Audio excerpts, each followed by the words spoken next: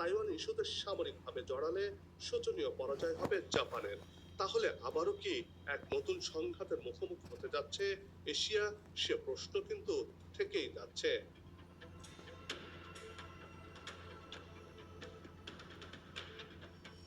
Japan দ্বিতীয় বিশ্বযুদ্ধে হেরে যাওয়ার পর শান্তির প্রতি মনোযোগী হয়েছিল। দ্বিতীয় বিশ্বযুদ্ধের আগে জাপান ছিল দুর্ধর্ষ। জাপান যে কতটা আক্রমণাত্মক তা ভালোভাবে জানে চীন, রাশিয়া, যুক্তরাজ্য ও যুক্তরাষ্ট্র। চীনের সঙ্গে পরপর দুটি ও রাশিয়ার সঙ্গে একটি যুদ্ধে জাপান জয়ী হয়েছিল। বৈশ্বিক পরিস্থিতির বিবেচনায় জাপান ও সামরিক বাস্তবতা বদলাতে শুরু করেছে। 2023 থেকে 2025 সাল পর্যন্ত জাপান প্রতিরক্ষা বাজেট বাড়িয়েছে 43%-এরও বেশি।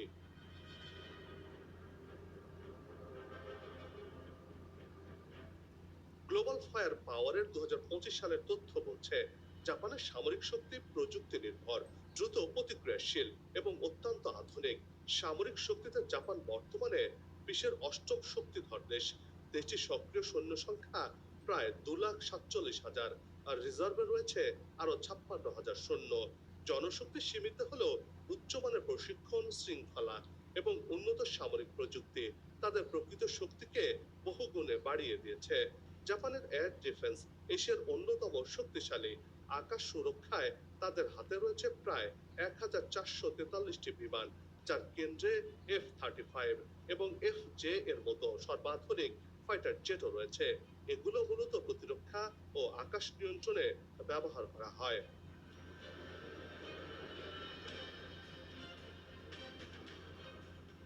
স্থল বাহিনীর ক্ষেত্রে তাদের 521টি ট্যাঙ্ক রয়েছে। জাপান আক্রমণাত্মক যুদ্ধে নয়, বরং প্রতিরক্ষার প্রস্তুতিতেই বেশি গুরুত্ব দেয়।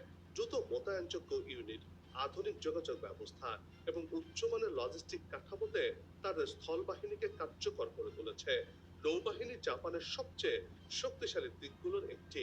159টি নৌযান রয়েছে জাপানে, যার মধ্যে 24টি সাবমেরিন বিশেষভাবে উল্লেখ করার মতো। প্রযুক্তিগত মান এবং নিখুঁত অপারেশনে সক্ষম এসব সাবমেরিন।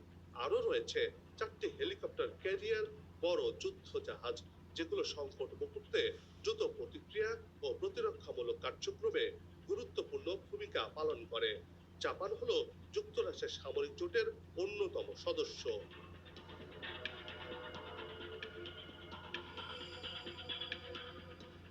2025 সালের গ্লোবাল ফায়ার পাওয়ারের তথ্য বলছে বিশ্বের তৃতীয় সামরিক শক্তিধর দেশ চীন।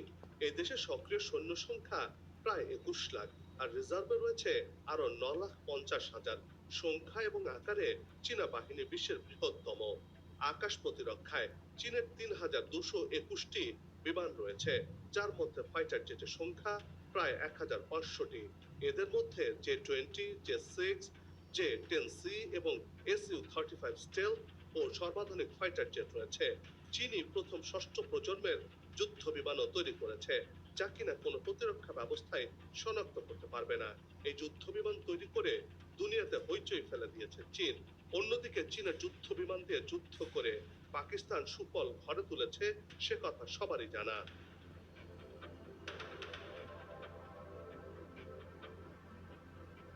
চীনের বিমানবহর আধুনিক রাডার, ড্রোন ও ক্ষেপণাস্ত্র বহন করতে সক্ষম। স্থলবাহিনীতে চীনের ট্যাঙ্ক সংখ্যা 3,900-র বেশি, যা তাদের শক্তিশালী আক্রমণ, প্রতিরক্ষা এবং উভয় কৌশলের জন্য অপরিহার্য। এই ট্যাঙ্কগুলোতে অত্যাধুনিক সেন্সর ও ক্ষেপণাস্ত্র প্রতিরক্ষা ব্যবস্থা যুক্ত করা হয়েছে।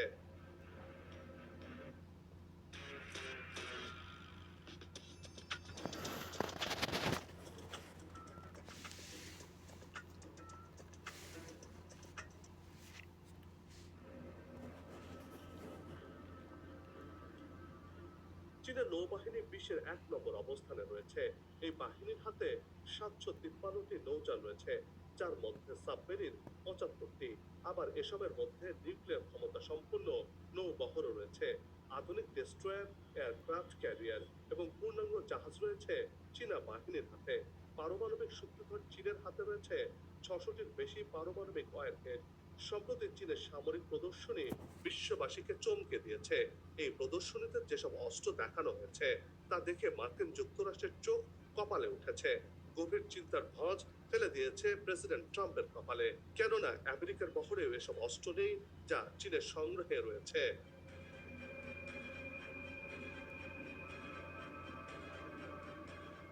চীনের কৌশল পরিষ্কার, জাপানের সাথে যুদ্ধ হলে দ্রুত সমুদ্রপথ বন্ধ করে দেবে। এতে জাপান বিচ্ছিন্ন হয়ে পড়বে। এরপর ক্ষেপণাস্ত্রের বৃষ্টি হবে। চীনের ধারণা, যুদ্ধ যত দীর্ঘ হবে জাপানের ঝুঁকি তত বাড়বে। চীনের সাথে যুক্ত হবে উত্তর কোরিয়া, কেননা চীনের দীর্ঘদিনের বন্ধু এই কোরিয়া। আবার চীনের সাথে রাশিয়া আর ইরানের যে সম্পর্ক, তাতে করে এই যুদ্ধে প্রত্যক্ষ না হলেও পরোক্ষভাবে রাশিয়া ইরান যোগ দেবে। আর ইরান যদি চীনে মিসাইল সাপ্লাই দেয়, তাহলে জাপানের সাথে যুক্তরাষ্ট্র যোগ দিয়েও চীনকে হারাতে পারবে না।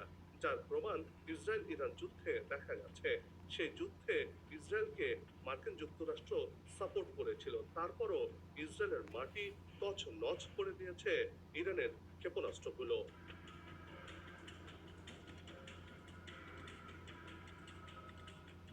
জাপানের শক্তি হলো নিখুঁত প্রযুক্তি ও যুক্তরাষ্ট্রের সমর্থন। যুদ্ধ হলে জাপান একা কখনো লড়বে না। আমেরিকাকে সাথে নিয়ে চীনের সাথে যুদ্ধে জড়াবে জাপান। আর তাতে এই অঞ্চলে বড় ধরনের যুদ্ধ ছড়িয়ে পড়বে। বাস্তবতা হলো, চীন জাপান যুদ্ধ মানে অঞ্চল জুড়ে যুক্তরাষ্ট্র, তাইওয়ান, দক্ষিণ কোরিয়াকে টেনে আনা।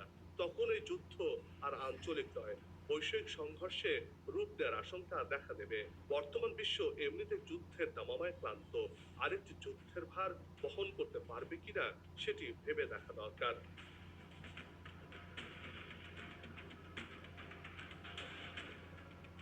বন্ধ হোক যুদ্ধ, বিগ্রহ, হানাহানি, শান্তিময় হোক বিশ্ব, এমন প্রত্যাশা রেখে পর্ব থেকে বিদায় নিচ্ছে। তবে যাবার আগে সেই একই অনুরোধ, যেখানে সেখানে ময়লা আবর্জনা ফেলবেন না, পরিবেশের ক্ষতি করবেন না, অযথা হর্ন বাজাবেন না। আপনার দেশের সৌন্দর্য রক্ষায় পোস্টার লাগানো থেকে বিরত থাকুন। যদি চ্যানেলটিতে নতুন হয়ে থাকেন, ভিডিওটি ভালো লাগে, তাহলে চ্যানেলটি সাবস্ক্রাইব করে ভালোবাসায় আবদ্ধ করবেন। ভালো লাগা না লাগার বিষয়টি কমেন্টে লিখে জানাবেন। কি ধরনের ভিডিও দেখতে চান তাও জানানোর অনুরোধ রইল। আবারও হাজির হব নতুন কোনো খবর আর তার বিশ্লেষণ নিয়ে। নিজে ভালো থাকুন, দেশকে ভালো রাখুন, আমাদের সাথেই থাকুন। ধন্যবাদ।